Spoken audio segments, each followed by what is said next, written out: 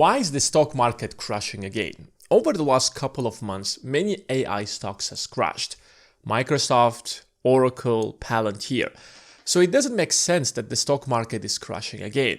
But in reality, oil prices are so influential in the stock market that they have the power to entirely eliminate the valuation of tech stocks. Over the last couple of weeks, as the war against Iran has started, oil prices have surged from about $60 to as high as $93. At some point, they even crossed almost $120. At first glance, it doesn't make sense because these multi-trillion-dollar corporations have hundreds of billions of dollars and they can easily absorb that cost. I mean, a slight increase in oil prices, even by 50%, should not have a serious implication on Apple, Microsoft, Nvidia, you name it, because these companies are making huge margins on their profits. Just take Nvidia. Since they have a complete monopoly on AI chips, because their chips are the best chips to power AI today, they are charging so much. So why is it such a small increase or even a huge increase, such as a 50% increase in oil prices, is suddenly having such a huge implication on the entire stock market? And that's why the stock market is not an equal game. If you look at the stock market, most of it basically consists of the S&P 500. Now, S&P 500 are the top 500 largest companies in the US. These are the companies that have dominated a single industry or a certain industry. They're stable, they're growing, they make a lot of money, and their valuation is typically in at least tens of billions of dollars and sometimes trillions of dollars, such as Nvidia, Microsoft, Alphabet. But even the S&P 500 is not equal at all, because a third of the entire S&P 500 is simply the top largest tech companies: Apple, Tesla, Microsoft, Meta, and so on and so forth. And the other two-thirds are the rest of the S&P 500. So if you want to understand what is happening with the stock market, all you have to do is to understand how the valuation of these stocks change. If the Magnificent Seven, their stock prices are rising dramatically, they will take with them the rest of the S&P 500 and the rest of the entire stock market and vice versa. And that's why if you, for example, go to 2020, when the Federal Reserve has pushed interest rates to bare minimum, the entire stock market was growing. That's not because every single company has profited from the pandemic or the low interest rates. There has been a lot of businesses that suffered. A lot of businesses closed down their doors. But those low interest rates have pushed the Magnificent Seven to rise dramatically, and that's why the S&P 500 did so well in 2020 and 2021. And that's why the S&P 500 completely crashed in 2022 when the Federal Reserve has increased the interest rates.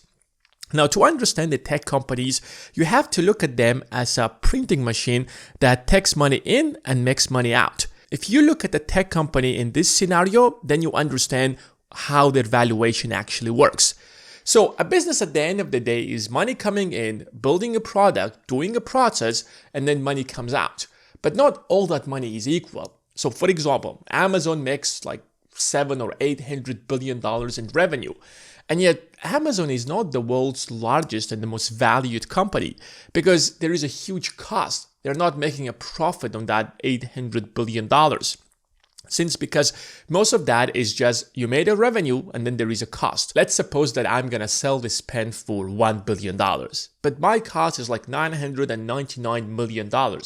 My real profit is just $1 million. On the other side, there is a business that makes $100 million and their cost is like 90%. So they're making $10 million.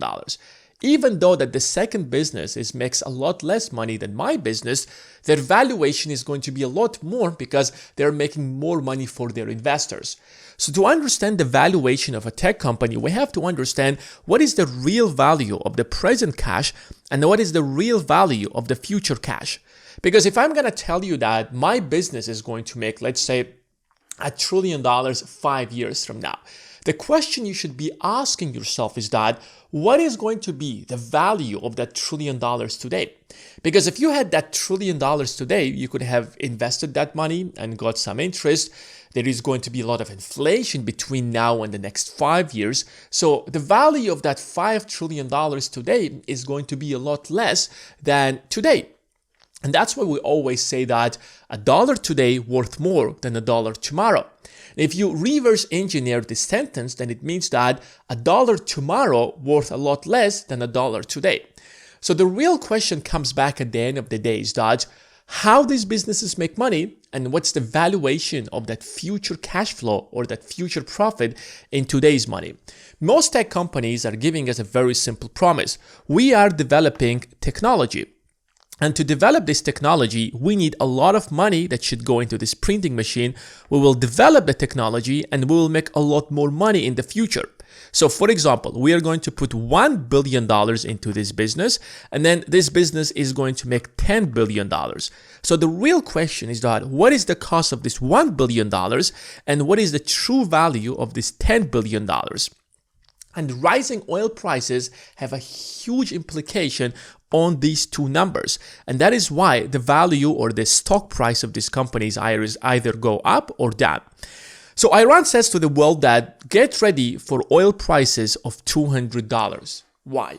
Because Iran by itself is one of the largest oil producers, but it's not by far the largest.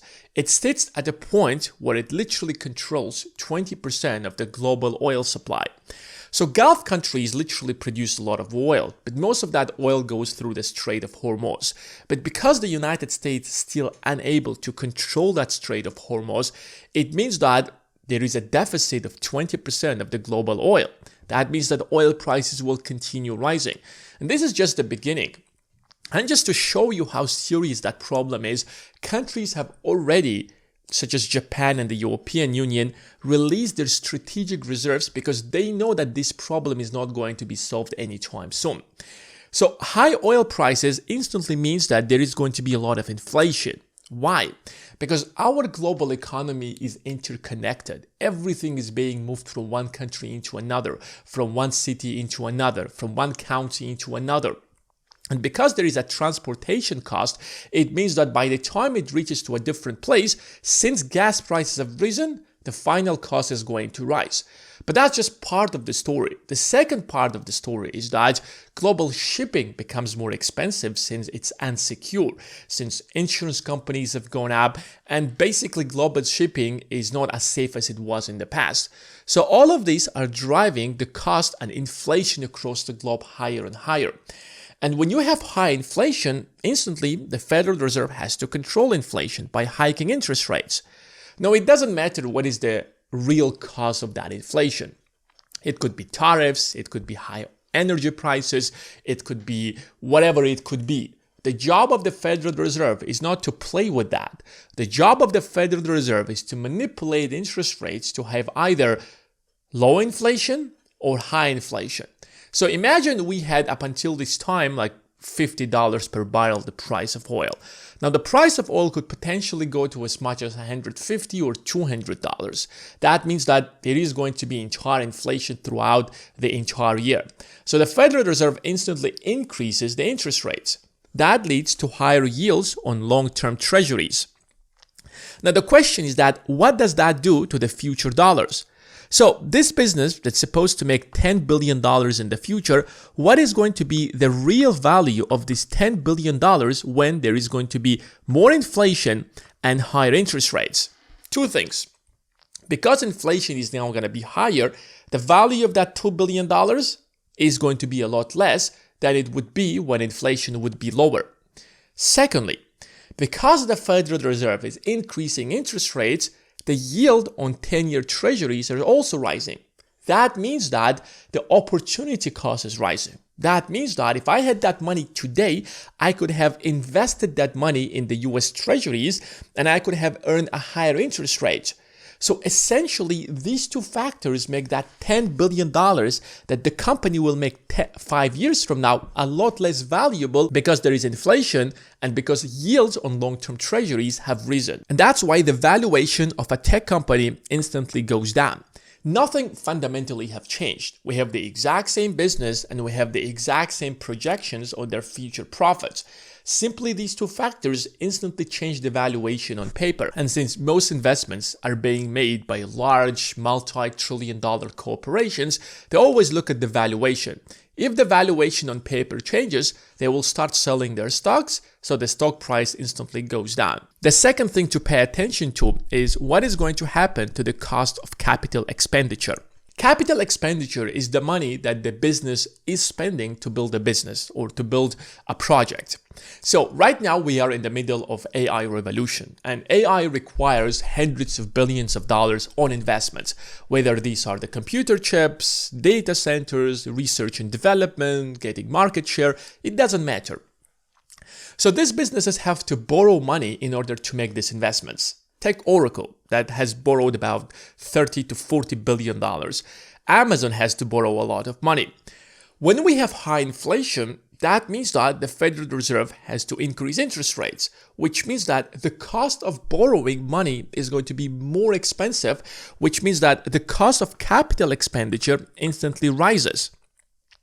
At the same time, because the future cash flow or the future revenue or the future profits will be a lot less valuable, suddenly you have the dynamic that we have to spend a lot more money and we will get a lot less money in the future because of the dynamic of the market has changed. Do you see how high oil prices instantly change the entire dynamic of the market? Even though that these businesses can easily absorb the cost of high energy prices, because it literally just changes the valuations on paper. So if you want to know what are the best stocks you should be buying right now and a step-by-step strategy to massively profit from this crash, then join the Investing Academy. The link is going to be in the description of this video.